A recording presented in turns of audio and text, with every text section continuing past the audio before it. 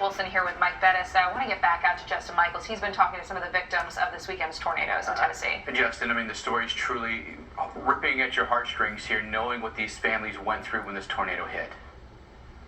And are still going through today as they go through the rubble. Because remember, yes, we've lost loved ones here, also lost homes, all their things, everything that they had in a life on Saturday morning is totally gone. So let's go back and continue our conversation with Cassandra and Hannah. Cassandra, you were talking about Joseph and how Joseph was protecting your son Aiden and mom, your mom, your mom, his mom, okay.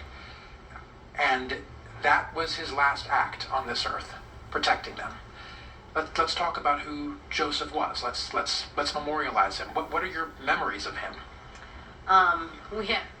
He's pretty goofy like me. That's kind of like how we clicked when we first met 13 years ago. He liked being outside. He was just like super caring. Like anybody that came across him, conversation wise, like even if it wasn't like meeting him in general, just like if they had a conversation with him, they liked him. He was just so easy to gravitate towards for it. He was caring. He was very loving, very nurturing. There wasn't a day since I met him that he hasn't told me that I was beautiful. So I mean, like he's very, and he tries to be positive, very positive. He tries to always look at the positive on things. Just amazing. He was a great dad. He loved his son. Obviously, he, as scared as he was of storms, he still, spared his life for his son. That's how I'm seeing it because, I mean, like my son and his grandmother, they say, like they wouldn't be alive if it weren't for him. He held them down. He hovered over them. He put them in that tub. He wasn't in the tub. He put them in that tub and made sure that they were okay.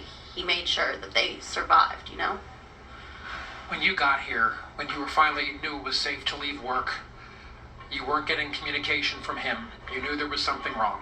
I knew. When you got here, what were those moments like? I ran because all I could see was lights from the police, the fire department, the ambulance. Like, that's all I could see. And I just saw cops everywhere. And once I realized that my trailer wasn't there, it was gone. There was nothing. Like, it was flat. I was like, there's no way. My whole life I thought it was gone. Like, I was like, there's no reason for me to live anymore. But I had hope that somehow or another they would survive. And I can't believe it because as flat as it was where they walked out or they crawled out, they dug them out. I really can't believe that they made it through. I mean, you can see it's terrible. It's terrible. And these are the front steps of your These were our steps. My trailer was right here. And it flipped. It flipped and landed on the trailer beside us. And like my son, he remembers it a little bit. He said he remembers his dad getting him dressed. He remembers him putting him in the tub, holding his hands and telling him, like, you're going to be okay. It's going to be okay. And then he said, all I remember, Mom, is spinning. So that was it. I don't think he doesn't even recall getting pulled out or anything. None of that. Hannah, there was a pretty large age difference between you and your